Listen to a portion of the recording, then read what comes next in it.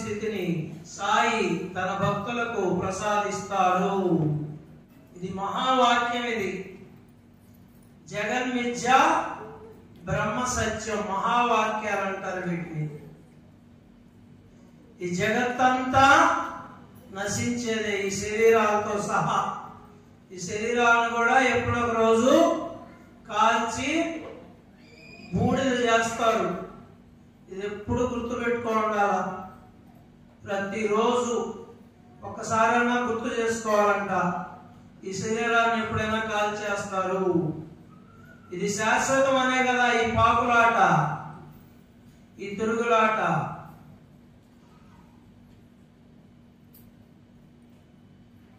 జగత్తంతా నశించేది అంటే ఈ మైక్ ఎన్ని రోజులు ఉంటది? ఇది ఎప్పుడో ఒక రోజు పోద్ది, మళ్ళా కొత్తది కొనుక్కోవాలి. ఈ టేబుల్ ఎన్ని రోజులు ఉంటది? ఈ గొలుసులు ఎన్ని రోజులు ఉంటాయి? ఈ ఫ్లోరింగ్ ఎన్ని రోజులు ఉంటది? ఈ స్తంభాలు ఎన్ని రోజులు ఉంటాయి? ఎప్పుడో రోజు కనిపించే ప్రతి వస్తువు నశించేదే, నశ్వరమే అని చెప్తారు. వాస్తవమే కదా. కారు కొన్నాం, కారు ఎన్ని రోజులు ఉంటది? మోటార్ బైక్ కొన్నాం, మోటార్ బైక్ ఎన్ని రోజులు ఉంటది? ఇల్లు కట్టాం, ఇల్లు ఎన్ని రోజులు ఉంటుంది? సోఫా సెట్ తెచ్చుకున్నాం ఇంట్లోకి, సోఫా సెట్ ఎన్ని రోజులు ఉంటది? ఈ చొక్కా ఎన్ని రోజులు ఉంటది? పంచె ఎన్ని రోజులు ఉంటది? అంతా నశించేదే. జగన్మిథ్య, బ్రహ్మ ఒక్కటే సత్యం.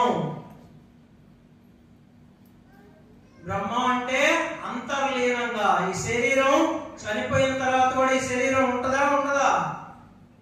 ఉండదా? ఉంటది. కాల్చిందాకా మనోళ్ళు ఎక్కువ పోయి కాల్చిందాకా. కానీ ఇప్పుడు శరీరం ఉంది, చనిపోయిన తర్వాత శరీరం ఉంది కదా. మరి ఎందుకు కాల్చేస్తున్నారు శరీరాన్ని? లోపల ఉన్న బ్రహ్మ వెళ్ళిపోయాడు. బ్రహ్మం, శివుడు వెళ్ళిపోయాడు. శివుడు ఉంటే శివం, శివుడు లేకపోతే శవం. చొప్పట్లు మీకు అందరికి భలే చెప్పారు. అందరికీ బ్రహ్మాండంగా తెలుసు, కాకపోతే గుర్తు చేసుకుంటున్నాం. ఎంతో మంది ఉన్నారు ఇక్కడ జ్ఞానులు, నాకంటే బాగా చెప్పగలిగిన వాళ్ళు కూడా ఉన్నారు. కానీ బాబా ఏదో నాకు ఈ అవకాశం ఇచ్చాడు అంతే. ఎంతో మంది ఉన్నారు జ్ఞానులు. తేడా ఏంది? అదే ఇక్కడ చెప్పింది. లోపలుండే బ్రహ్మ సత్యం, మన లోపలుండే భగవంతుడు సత్యం. జడమైన వస్తువుల్లో కూడా ఉంది బ్రహ్మం. ఇక్కడ ఈ టేబుల్లో కూడా బ్రహ్మం ఉన్నది. అంతర్లీనంగా పూలమాల ఉన్నది, లోపల దారం ఉన్నది. కనిపిస్తుందా మీకు? పూలమాల వేసినారు, లోపల దారం కనిపిస్తుందా? దారం లేకపోతే మాల తయారవుతుందా? పూలమాలలో దారం లాగా ఈ మైక్ లో ఉండే కరెంట్ మీకు కనిపిస్తుందా? ఫ్యాన్ తిరుగుతుంది, లోపల కరెంట్ కనిపిస్తుందా? కనిపిస్తుందా? గాలి వీస్తుంది, గాలి కనిపిస్తుందా? స్పర్శ ద్వారా తెలుసుకుంటున్నాం. అట్లా అంతర్లీనంగా బ్రహ్మం అంతటా వ్యాపించున్నది. ఆ బ్రహ్మం సత్యం. కనిపించేదంతా నశిస్తుంది. జగన్మిథ్య, బ్రహ్మ సత్యం. కానీ మనం బ్రహ్మం కోసం పాకులాడకుండా కనిపించే దాని కోసం పాకులాడుతున్నాం. అదే మాయ. పిల్లోడు కూడా ఏలేసాడు, ఆ మాటకి ఏలేసాడు. ఆయన కూడా దేవదాసు కూడా ఏలేసాడు. దాంట్లో ఏమన్నా ఒక తాగుబోతు వాడి చేత సత్యం చెప్పించాడు సాయి కవి మహానుభావుడు. అందుకే ఆయన ఏలేసాడు. జగమే మాయా బ్రతుకే మాయా,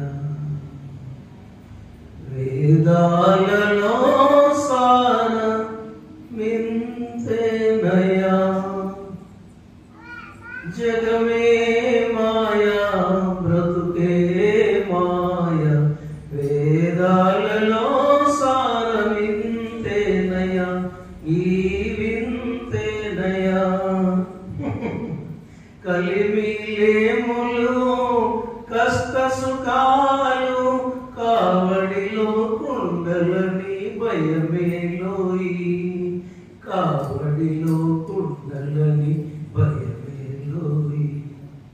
కావడి కొయ్యే నోయ్ కుండలు మన్నే నోయ్, కనుగొంటే సత్యమింతే నోయ్, ఈ వింతే నోయ్. జగమే మాయా బ్రతుకే మాయ, వేదాలలో సారమింతేనయ, ఈ వింతేనయ. ఇంతవరకు అర్థం చెప్పుకొని మళ్ళా వాడుకున్నాం. జగమే మాయ, మాయ అన్న ఒకటే, మిథ్య అన్న ఒకటే. అసలు మాయ అంటే అర్థం ఏంటి? మాయ అంటే అబద్ధం. మనం అబద్ధంలో జీవిస్తున్నాం. మనం జీవించేదంతా అబద్ధమే, ఇదంతా అబద్ధమే, అంతా నాటకం. ఇది మాయ అంటే భ్రమ. ఈ మానవ జన్మకు వచ్చింది దేనికంటే ఏది సత్యం ఏది అసత్యం, ఏది నిత్యం ఏది అనిత్యం, ఏది శాశ్వతం ఏది అశాశ్వతం, మనతో కూడా వచ్చేదేది రానిదేది, ఇది తెలుసుకుంటే జీవితం ఆనందమయం అవుతుంది.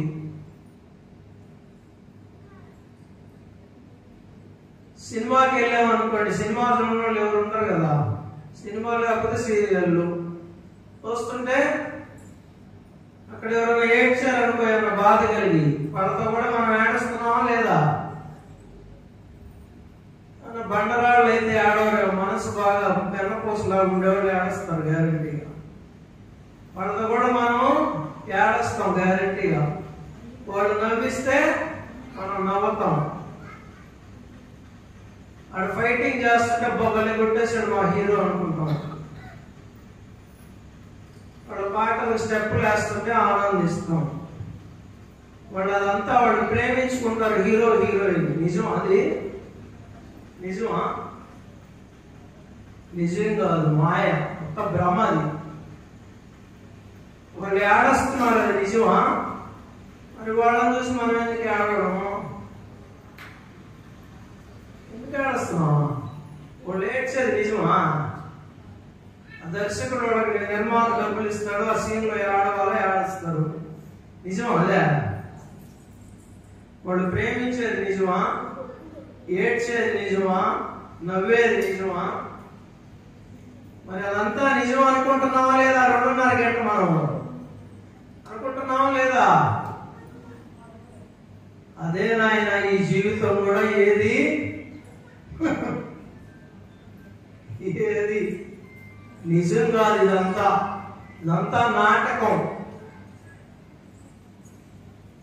మనం నిజమని భ్రమపడుతున్నాం, భ్రమలో బతికేస్తున్నాం.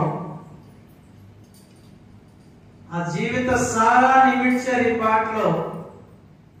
జగమంతా మాయా, ఈ జగమంతా నశించేదే, అంతా మాయ, భ్రమ. ఇది ఈ వెలుగుల చిలుగులను చూసి మనం మెరిసిపోతున్నాం, మురిసిపోతున్నాం. అడ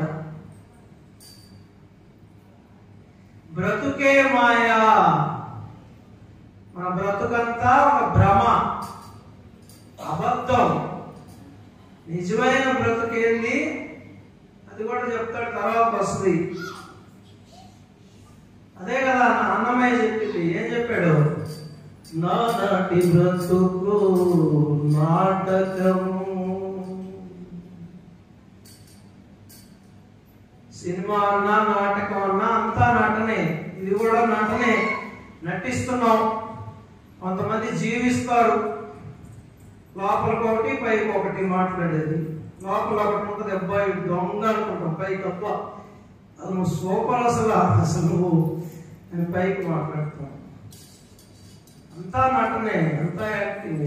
పెద్ద యాక్టర్లో మనం, చిన్న చితక యాక్టర్లు కాదు. జీవితంలో నటిస్తున్నాం. బ్రతుకే మాయ.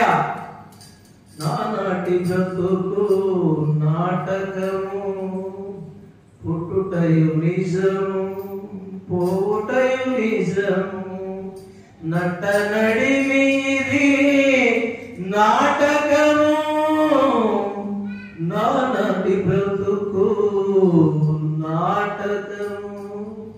ఎవరు చెప్పారు? అన్నమయ్య మహానుభావుడు చెప్పేశాడు సత్యం.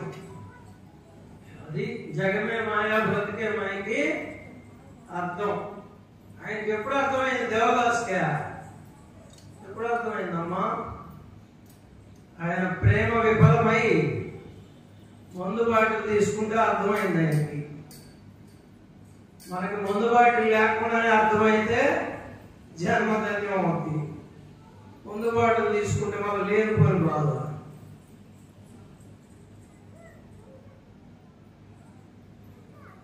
మనకెప్పుడు అర్థం అవుతుంది చెప్పమంటారా? వృద్ధాప్యంలో అర్థం అవుతుంది. నా బిడ్డ, నా కొడుకు, నా కూతురు, నా మొగుడు, నా భార్య, నా భార్య ఒక క్షణం ఉండలేదు నన్ను వదిలిపెట్టి. అసలు నేను ఇంటికి రాకపోతే అన్నమే తిందో నేను వచ్చిందాక. ఈ లోపల 10 సార్లు ఫోన్ చేస్తుంది. చచ్చిపోయిన తర్వాత చూడండి, భర్త చచ్చిపోయిన భార్యలు బాగుండరు, భార్య చచ్చిపోయిన భర్తలు ప్రమాణం ఉండరు. ఒక నెల కొంతమంది చెప్తుంటారు నీళ్లు పోసిన దాకిన తర్వాత వదిలిపోద్దని.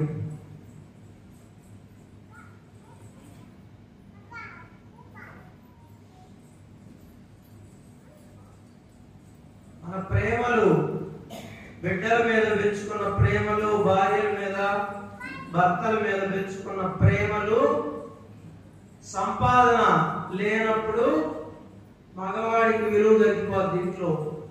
అప్పుడు తెలుస్తాయి నిజమైన ప్రేమలు. అప్పుడు గిన్నె ఇసిరేస్తారు. మామూలుగా అంతకుముందు గిన్నె పెట్టి అన్ని వడ్డించేవాడు ఇసిరేస్తారు. గిన్నె పెట్టుకొని నిలవాయి అంటారు. లేకపోతే ఇవన్నీ అనుభవించిన వాళ్ళు చెప్తుంటే వింటుంటాను నేను. అన్ని జీవితాలు పరిశీలిస్తుంటాను. నాకు ఇదే పని, వేరే పనిలే. బిడ్డలు పెళ్లిళ్ళు అయిన తర్వాత, గడ్డాలు మీసాలు వచ్చిన తర్వాత అడ్డాలు నాడు బిడ్డలు కానీ గడ్డాలు నాడు బిడ్డలు కాదని చెప్తారు. అడ్డాలు అంటే హాయ్. గడ్డాలు వచ్చిన తర్వాత అమ్మాల్లో పెళ్ళం బెల్లం అవుతుంది. ఈ సత్యాలు, జీవిత సత్యాలు అన్ని నిజం నిష్ఠూరంగానే ఉంటది. అప్పుడు వృద్ధాప్యంలో మన బిడ్డలు మనల్ని కసిరినప్పుడు విసుగు ఏం పర్లేదు కానీ పడుకో. వాళ్ళు విసుక్కున్నప్పుడు మన మీద, మనల్ని కసిరినప్పుడు అప్పుడు సత్యం తెలుస్తుంది. ఇదంతా ఈడ కోసమేనా నేను కష్టపడింది? రాత్రి బొమ్మళ్ళు వేళకి తిండి తినకుండా, టైంకి నిద్రపోకుండా కష్టపడిందని తండ్రికి అనిపిస్తుంది. తల్లికి వీళ్ళకి ఎంత చేశాను, నా సమయం అంతా, నా శరీరం కష్టం అంతా వీళ్ళకి అర్పించాను. అప్పుడు ఇదంతా భ్రమ, ఇది అబద్ధం అని తెలుస్తుంది. కాళ్ళు చేతులు సరిగా పని చేయనప్పుడు తెలిస్తే ఏం లాభం? వృద్ధాప్యంలో తెలిస్తే ఏమీ చేయలేము. అందుకనే వయసులోనే భక్తి చెయ్యాలి, భగవంతుడిని ఆరాధించాలి, భగవంతుడి పాదాలు పట్టుకోవాలి. బాబా పాదాలు ఎప్పుడు పట్టుకోవాలా? రిటైర్ అయిన తర్వాత కాదు, వృద్ధాప్యం వచ్చిన తర్వాత కాదు. వ్యాపారం అంతా ఇంకా కదలలేని స్థితిలో, ఇంకా అంగడికి పోలేక ఇంట్లో పడి ఉన్నప్పుడు కాదు, అప్పుడు ఏమి చేయలేము. కాసేపు కింద కూర్చొని ధ్యానం చేయాలంటే చేయగలమా? పూజ గదిలో కూర్చొని పూజ చేయాలంటే చేయగలమా? 4 మంచి పనులు చేయాలంటే చేయగలమా? ఈ సమాజానికి ఏదైనా సేవ చేయాలంటే చేయగలమా? అవయవాలన్నీ తీర్థయాత్రలు కావాలంటే వెళ్ళగలమా? పుణ్యక్షేత్రాలు దర్శించాలంటే దర్శించగలమా? అవయవాలన్నీ సరిగ్గా ఉన్నప్పుడే దీపం ఉండగానే ఇల్లు చక్కబెట్టుకోమన్నారు పెద్దలు. అన్నీ బాగున్నప్పుడే ఈ జీవితాన్ని బాగు చేసుకోవాలి. అందుకే బాబా ఎవరు? మన బాగోగులు చూసేవాడు బాబా. ఆయన పాదాలు పట్టుకుంటే సత్యమేంది అసత్యమేంది తెలియజేస్తాడు మనకైనా. మన ప్రేమలు విఫలమైనప్పుడు మనకు సత్యం తెలుస్తుంది. తర్వాత కలిమిలేములు కష్ట సుఖాలు కావడిలో కుండలని భయమేలోయి, కావడిలో కుండలని భయమేలోయి. కలిమంటే సంపద, సంపద కలిగి ఉండడం. కలిమి అంటే అన్ని కలిగి ఉండడం, ఆర్థికంగా అన్ని వసతులు వనరులు కలిగి ఉండడం కలిమంటే. లేమంటే లేకపోవడం, దారిద్ర్యాన్ని అనుభవించటం, ఆర్థికంగా ఇబ్బందులు పడటం. కష్టము, కలిమంటే సుఖం, లేమంటే కష్టం. కలిమి లేములు కష్ట సుఖాలు అన్నాడు. కష్టము సుఖము రెండు లేని వాళ్ళు ఎవరు ఉన్నారా మీ జీవితంలో? చేతులు ఎత్తండి. రెండు లేదు, మాకు ఒక్కటే సుఖమే ఉంది, మా జీవితంలో కష్టం లేదనే వాళ్ళు ఎవరు ఉన్నారు ఇక్కడ? చేతులు ఎత్తండి.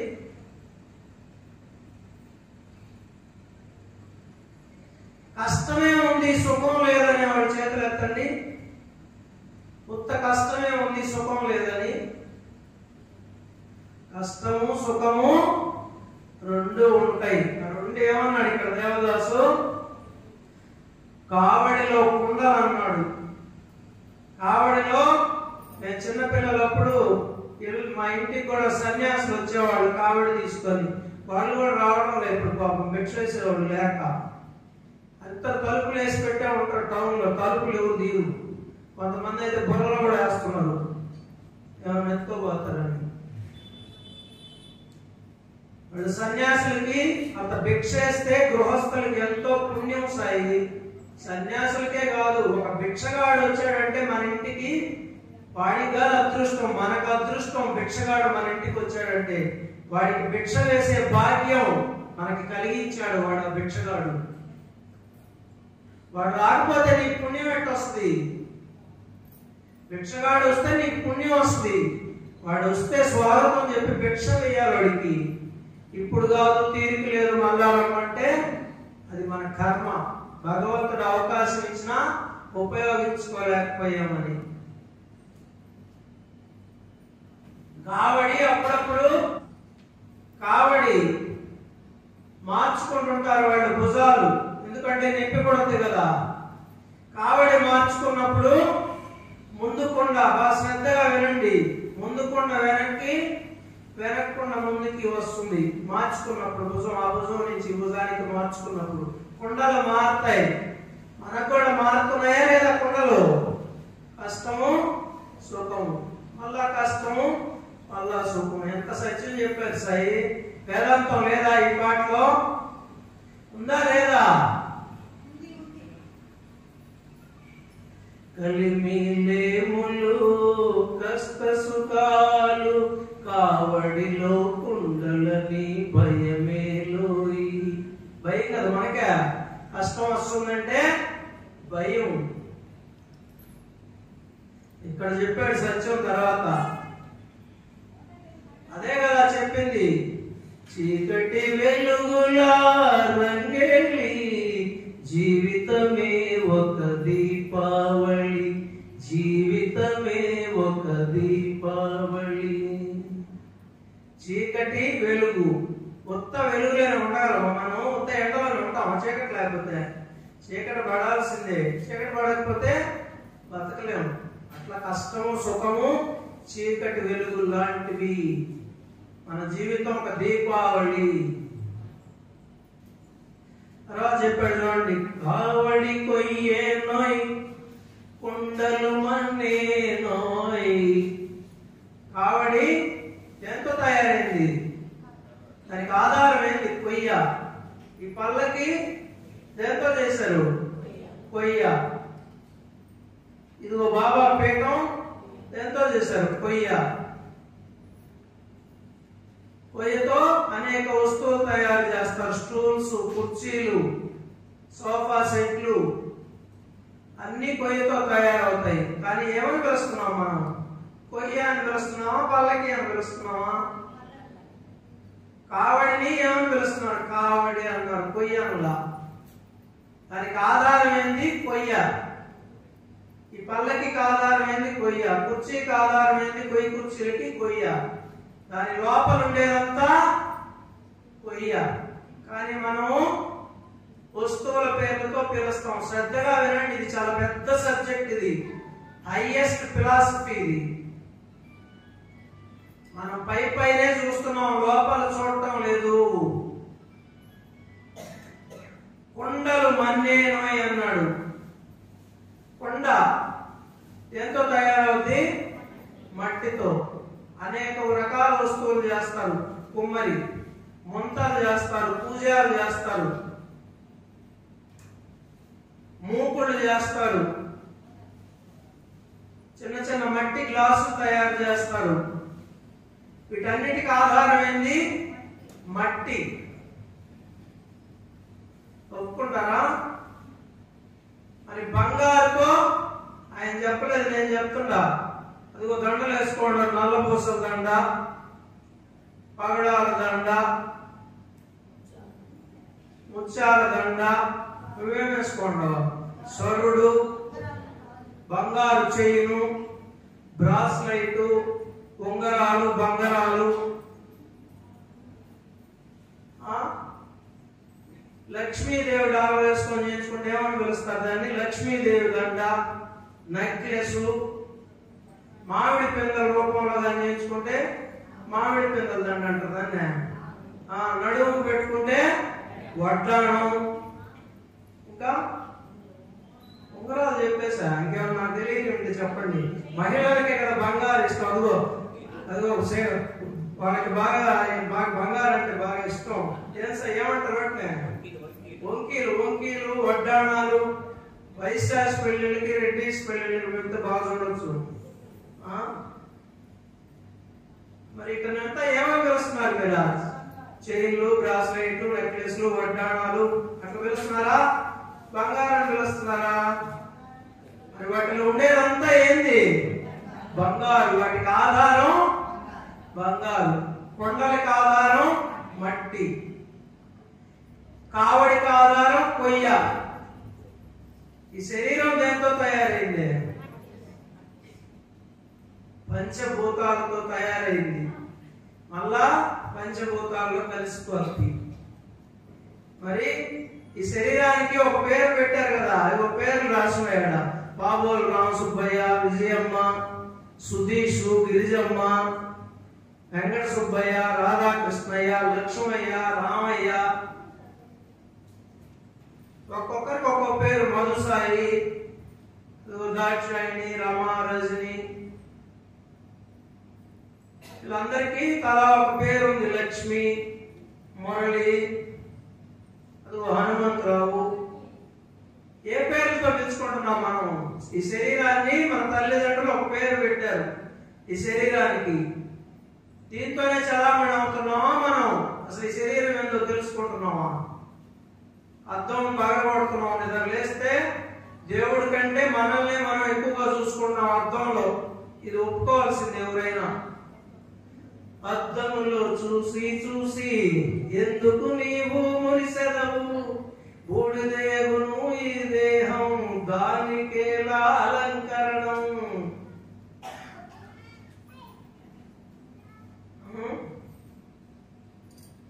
ఈ శరీరం లోపల ఎవరున్నారు? ఎవరుంటే ఈ శరీరం నిలబడి ఉంది? ఎవరున్నారు? చెప్పండి నాకు చూడు. చెప్పట్లు మీకు అందరికి. పరమాత్మ ఉన్నాడు ఈ శరీరం లోపల. ఈ శరీరాన్ని చూసే భ్రమపడుతున్నాం, కానీ మనం లోపల పరమాత్మ చూడగలుగుతున్నామా? లోపల పరమాత్మ చూడగలిగితే అసలు ఇక్కడికి రావడలే మనం. లోపలే ఉన్నాడు కదా పరమాత్మ. ఇంకా విగ్రహంలో చూడబడలే, లోపలే చూసుకోవచ్చు. చూడలేకున్నాం కాబట్టి ఇక్కడికి వచ్చాం. కానీ తెలుసు మనకి, మీరు భక్తులు కాబట్టి మీకు తెలుసు. అసలు మిగతా తెలియని వాళ్ళు ఎంతో మంది ఉన్నారు, పచ్చి లౌకికులు ఉన్నారు. ఈ శరీరమే శాశ్వతం అనుకుని భ్రమపడే వాళ్ళు ఎంతో మంది ఉన్నారు. అదే మాయ. పరమాత్మ ఉన్నాడు లోపల, ఆత్మ ఉన్నది. ఆత్మన్న పరమాత్మన్న ఒక్కటే. ఈ పరమాత్మ వెళ్ళిపోతే ఏమవుతుంది? శరీరం శవం అవుతుంది, శరీరం పడిపోతుంది.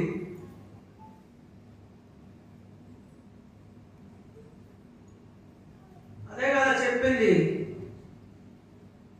కావడి కొయ్యే నోయ్ కుండలు మన్నే నోయ్, కనుగుంటే సత్యమింతే నోయ్, ఈ వింతే నోయ్. ఏం చెప్పాడా? ఈ కొండంతా మట్టేరా, ఈ కావడు ఒత్తుకొయ్యారా, ఈ శరీరం కూడా లోపల ఆత్మ ఉన్నంత వరకే. తర్వాత ఇది కూడా కొన్ని శరీరాలు దహనం అయిపోతాయి, కొన్ని శరీరాలు మట్టిలోకి వెళ్ళిపోతాయి, పంచభూతాల్లో కలిసిపోతాయి. ఎంత సత్యం చెప్పాడు చెప్పండి. కనుగొంటే సత్యం ఇంతే నోయ్ అన్నాడు అక్కడ. సత్యం తెలుసుకోవాలి మనం. జననం ఎంత సహజమో మరణం అంత సహజం. ఈ మధ్యలో ఉండేదంతా మాయా. ఈ మాయను తొలగించుకుంటే పరమాత్మ దర్శనం అవుతుంది మనకి. మనమే పరమాత్మ అయిపోతాం. సాయి సాధన సాధన సాధన సాధన చేయగలిగితే.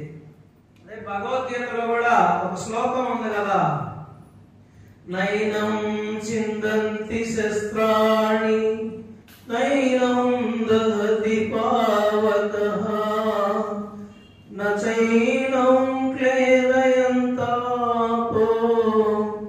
నశోషయతి మారుతః నశోషయతి మారుతః.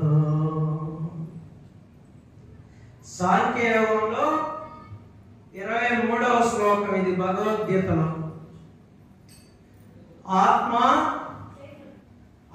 నాశనము లేనిది, ఆత్మను శస్త్రములు ఛేదింపజాలవు, అగ్ని దహింపజాలదు, నీరు తడుపజాలదు, వాయువు ఆర్పజాలదు. ఆత్మ సత్యమైనది, పరమాత్మ సత్యమైనది, నిరాకార నిర్గుణ పరబ్రహ్మం అన్నారు. నిరంజనం, నిత్యం, శాశ్వతమైనది. ఆత్మకు మరణం లేదు, ఈ శరీరానికే మరణం. ఈ శరీరం గురించి ఏం చెప్తారంటే మహానుభావులు, ఒక చొక్కా మాసిపోతే తిరిగి ఏమేసుకుంటాం? మళ్ళా అది తీసేసి మళ్ళా ఉతికిన చొక్కా వేసుకుంటాం.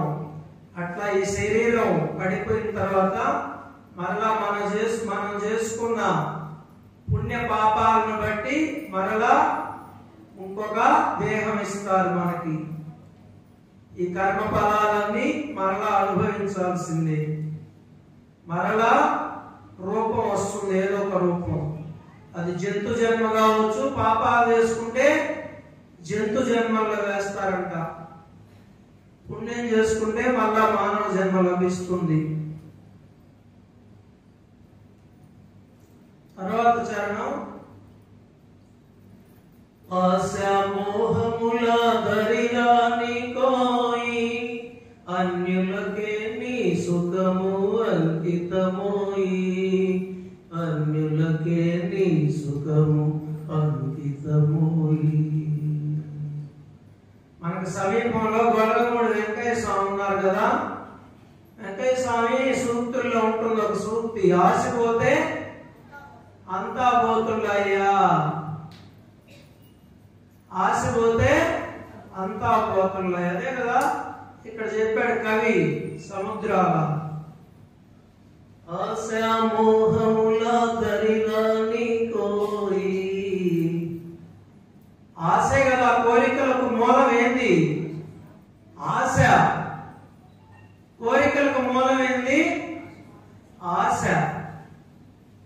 ఈ కోరికల వల్లే కదా దుఃఖం కలుగుతుంది. ఒక కోరిక కావాలనుకోవడం, కోరుకోవడం, అది లభించకపోతే దుఃఖం. అదే జీవితం. ఒకటిస్తే నెక్స్ట్ ఇంకొకటి కావాలంటాం. ఆడపిల్ల సంతానం లేకపోతే సంతానం కావాలంటాం. ఆడపిల్లనిస్తే మళ్ళా మగపిల్లోడు కావాలంటాం. మగపిల్లోడిని ఇస్తే మళ్ళీ ఆడపిల్ల కావాలంటాం. ఇదే కదా జీవితం. ఉన్నదానితో అసంతృప్తి, లేని దాని కోసం తపన. ఇదే జీవిత సారాంశం అని భరద్వాజ మాస్టర్ గారు చెప్పారు. ఆశ మోహము రెండు వదిలేయమంటున్నాడు. దరి రాని పోయి దగ్గరికి రానించు. మోహం అంటే డబ్బు మీద మోహం, బంగారు మీద మోహం, ఒక స్త్రీ మీద మోహం, ఒక పురుషుడి మీద మోహం. ఇవన్నీ మోహం. అరిషడ్ వర్గాల్లో మోహం ఒకటి. కామ, క్రోధ, లోభ, మోహ, మద, మాత్సర్యాలు 6 శత్రువులు ఉన్నారు మనకి. ఆ అరిషడ్ వర్గాల్ని జయిస్తే ఈ ప్రపంచాన్నే జయించినట్టు సాయి. ఆ 6ని జయించడమే ఎవరికి చేత కాదు. వాటిలోనే పడిపోతుంటాం అంతా. వాటిని గాని జయిస్తే వాడు దేవుడే. అరిషడ్ వర్గాలు జయించిన వాడు మానవుడే దేవుడు సాయి.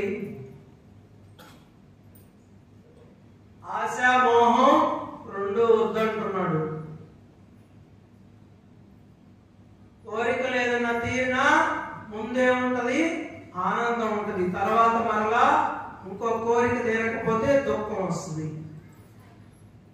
తర్వాత చరణం అన్యులకే నీ సుఖము అంకితమోయి, అన్యులకే నీ సుఖము అంకితమోయి. అన్యులకే నీ సుఖం అంకితం అన్నాడు ఆయన. ఎవరైనా అంకితం చేస్తాడా వేరే వాళ్ళకి మన సుఖాన్ని? మన కుటుంబం, మన కథ, మన భార్య, మన బిడ్డలే బాగుండాలా. ఇతరులకు ఎవరైనా మన సుఖాన్ని అందిస్తారా? షేర్ చేస్తారా? మరి తాగిన కైపా ఇక దేవదాస్కా కైపు కదా ఇది. ఏంది ఇట్లా చెప్తున్నాడు? కైపా? కైపులో కూడా సత్యం చెప్పాడు సాయి. వివేకానందుడు ఒక మాట చెప్పాడు, పరుల కోసం జీవించేవాడే నిజమైన మానవుడు, ఓడే మనిషి అని చెప్పాడు. ఇతరుల కోసం తమ జీవితాల్ని ఎవరైతే అంకితం చేస్తారో, ఈ సమాజం కోసం ఎవరైతే అంకితం చేస్తారో తన జీవితాల్ని, వాడే యోగి, వాడే మానవుడు అని చెప్పాడు. ఇక్కడ కూడా అదే చెప్తున్నారు. మన సుఖాన్ని ఇతరులతో పంచుకోవాలి. మనం బాగుంటే కాదు, పక్కింటోడు బాగుండాలా, ఎదురింటోడు బాగుండాలా, అందరూ బాగుండాలా. అది కోరుకోమని చెప్తున్నాడు ఇక్కడ. ఇది అద్భుతమైన లాస్ట్ చెప్పి ముగించేస్తాను. బాధే సౌఖ్యమనే భావనరాని ఓయ్, బాధే సౌఖ్యమనే భావనరాని ఓయ్. బాధ కూడా సుఖం అనే భావన రావాలంట. వస్తా మనకి బాధ వస్తే బాధపడుతున్నావా లేదు, మనమా సంతోషపడుతున్నావా? బాధ వస్తే సంతోషపడుతున్నావా, బాధపడుతున్నావా? బాధే సౌఖ్యం అంటే వాడు యోగి. వాడు బాధను కూడా సుఖంగా తీసుకునేవాడు, బాధను కూడా ఆనందంగా తీసుకునేవాడు యోగి. భగవద్గీతలో చెప్పారు, మానవుల యందును శీతోష్ణాది స్థితుల యందును సుఖ దుఃఖాదుల యందును సమత్వ స్థితిని పొందిన వాడే స్థిత ప్రజ్ఞుడు అని చెప్పారు భగవద్గీతలో. వాక్యం ఇది. స్థిత ప్రజ్ఞత్వం. కష్టం వచ్చినా ఓకే హాయిగా ఉండడం, సుఖం వచ్చినా హాయిగా ఉండడం, సన్మానం చేసినా హాయ్, అవమానం చేసినా హాయ్. అట్లుండే ఉండేవాడు స్థితప్రజ్ఞుడు, వాడే యోగి. భగవద్గీతలో శ్రీకృష్ణ పరమాత్మ చెప్పారు. ఆ సత్యాన్ని ఇక్కడ ఈ పాటలో చెప్పారు. వాదే సౌఖ్యమనే భావన రాని ఓయ్, ఆయురుకే నిశ్చలానందమోయ్, బ్రహ్మానందమోయ్.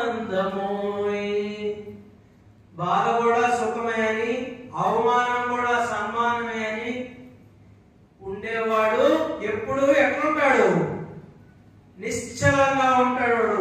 కొండొచ్చి పైన పడ్డా తొణకడు. నిశ్చల స్థితి అది. ఆనందంలో ఉంటాడు, బ్రహ్మానందంలో తేలి ఆడుతుంటాడు. బాబా ఉన్నాడు కదా, ఆయన తిట్టినా కూడా ఎట్లున్నాడు? ఆయన హాయిగా ఉన్నాడు. ఆయన సచ్చిదానందంలో ఉన్నాడు.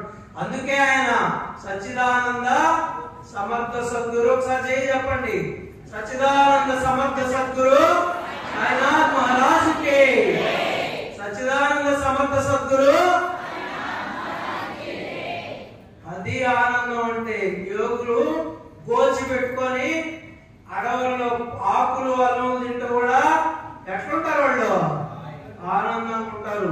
మనం పట్టు పరుపుల మీద పడుకున్నా మనకి నిద్ర రావడం సరిగా. అది మన పరిస్థితి. నిశ్చలానందం, బ్రహ్మానందం. ఆనందంలో ఓలలాడాలంటే ఏం చేయాలంటే ఫైనల్ గా మొదట చెప్పింది చెప్తున్నాం. మళ్ళా ఏం తెలుసుకోవాలి? మనం అనుక్షణం మనల్ని మనం పరిశీలించుకుంటా ఉండాలి. మనం ఏం చేస్తామమ్మా? ఏం చేస్తామయ్యా? ఎప్పుడు ఎదుటి వాళ్ళని బాగా పరిశీలిస్తాం. వాడిలో ఏం లోటుపాట్లు ఉన్నాయి, వాడు ఏమేమి ఏదో పనులు చేస్తున్నాడు, వాడు ఏదైనా మంచి చేసినప్పుడు దాంట్లో ఏమైనా దొరకద్దా ఏరేదానికి. ఇది నిద్రలేస్తే మనం చేసేది. ఎదుటి వాళ్ళలో ఉండే చెడ్డని ఎతికి అది తిని పంది తిన్నట్టు కర్మను పెంచుకొని జన్మని, భగవంతుడు ఇచ్చిన మంచి జన్మని ఏం చేసుకుంటున్నాం? వ్యర్థం చేసుకుంటున్నాం, నాశనం చేసుకుంటున్నాం. ఒక మాటలో చెప్పాలంటే అందుకని పరనింద చేయకుండా ఏది సత్యం, ఏది అసత్యం, ఏది సత్యం? భగవంతుడు ఒక్కడే సత్యం, మిగతా అంతా నశించేది. వచ్చాం జన్మకు వచ్చాం. ఈ నాటకం ఆడాలి. నాటకం అని ఇప్పుడు గుర్తు పెట్టుకోవాలా, నటించాలి, తప్పదు. ఇదంతా నాటకమే అని ఎప్పుడు ఎరుకలో ఉండాలా.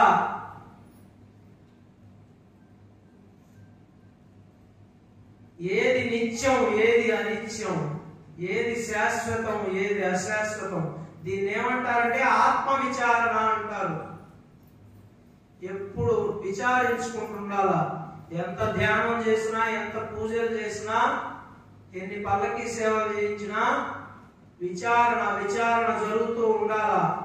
మనల్ని మనం పరిశీలించుకోవాలా. మనలో ఏం దుర్గుణాలు ఉన్నాయి, మనల్ని మనం పరిశీలించుకొని మన దుర్గుణాల్ని చిన్నగా తగ్గించుకుంటూ బాబాకే చెప్పుకొని, నాకు ఈ దుర్గుణం ఉందయ్యా, తీసేయ్యా, నువ్వు తప్ప నాకు ఎవరున్నారయ్యా దిక్కు, ఆయన్నే ప్రార్థన చేసుకుంటుంటే ఒకనాటికి తీసేసి మనల్ని సద్గుణ సంపన్నం చేసి మనల్ని కూడా